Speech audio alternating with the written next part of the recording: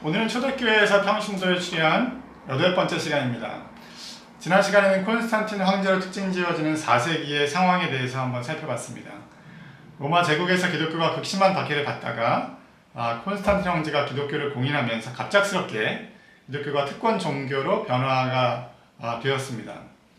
콘스탄틴은 대대적으로 교회를 건축할 뿐만 아니라 전임으로 일하는 감독을 세워서 감독 중심의 교회가 되도록 도와주었습니다. 뿐만 아니라 감독을 포함한 성직자와 그 가족들에게도 세금 면제 등의 특혜를 부여해서 누구라도 할 수 있으면 성직자가 되려고 했습니다.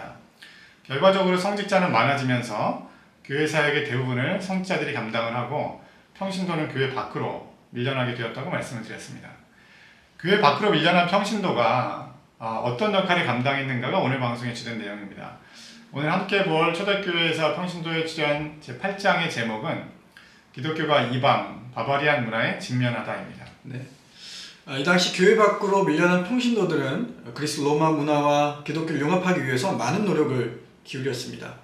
그 중에 4세기 콘스탄틴 황제의 조언자 역할을 했던 평신도이자 기독교 저술가인 락틴티우스라는 인물이 있습니다. 그는 지식인들에게 기독교를 변증할 목적으로 이효권으로 된 책을 저술을 했는데요. 신적 기관이라는 책을 저술했습니다.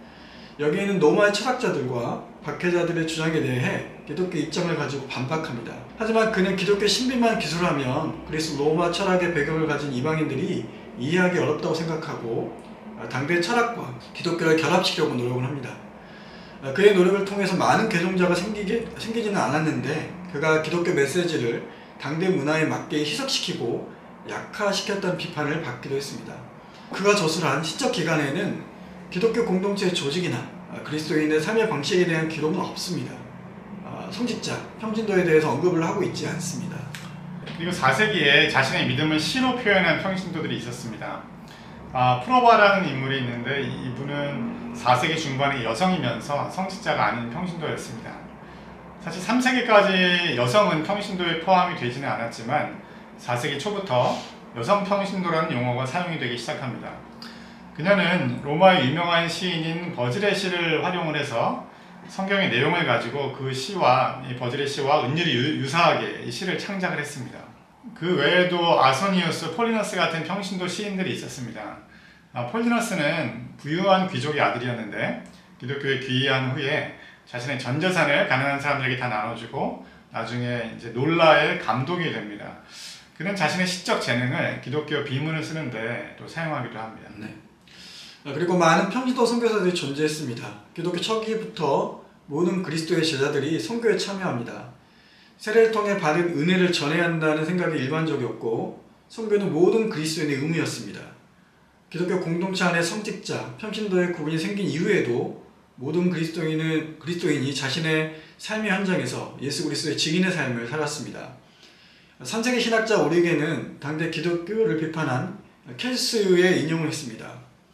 평범한 가정에서 신발을 만든 사람, 방직공, 옷 만든 사람, 그리고 무지하게 교육받지 못한 모든 사람들이 용감하게 그들의 주인에게 복음을 전했다.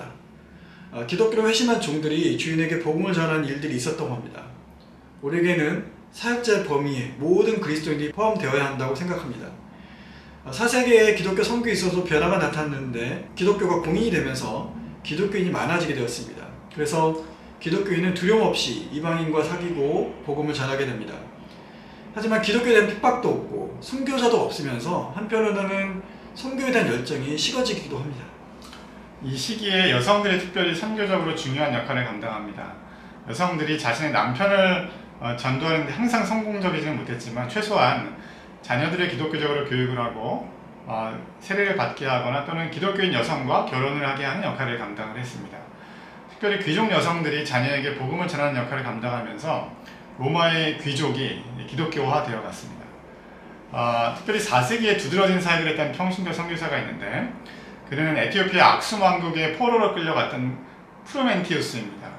그는 나중에 왕의 신임을 받아서 나라를 다스리는 역할을 이제 하기도 하고 왕이 죽은 후에도 어린 왕자와 함께 나라를 다스립니다. 이 왕자가 자라감에 따라서 기독교가 악숨 왕국 전체로 확산이 되게 됩니다. 프루멘티우스는 알렉산드리아에 가서 에티오피아 기독교인을 위해서 감독을 보내달라고 했는데 그 자신이 감독으로 임명이 되어서 악수왕국으로 돌아옵니다. 프루멘티우스는 그의 이제 헌신적인 선교와 전도의 영향으로 에티오피아 북부 고대 왕국인 악숨이 4세기에 기독교 국가가 되었습니다. 지금도 에티오피아는 기독교 인구가 60% 이상이 되고 기독교가 국가 전체에 큰 영향을 끼치는 것은 프루멘티우스의 이 선교의 영향이었습니다.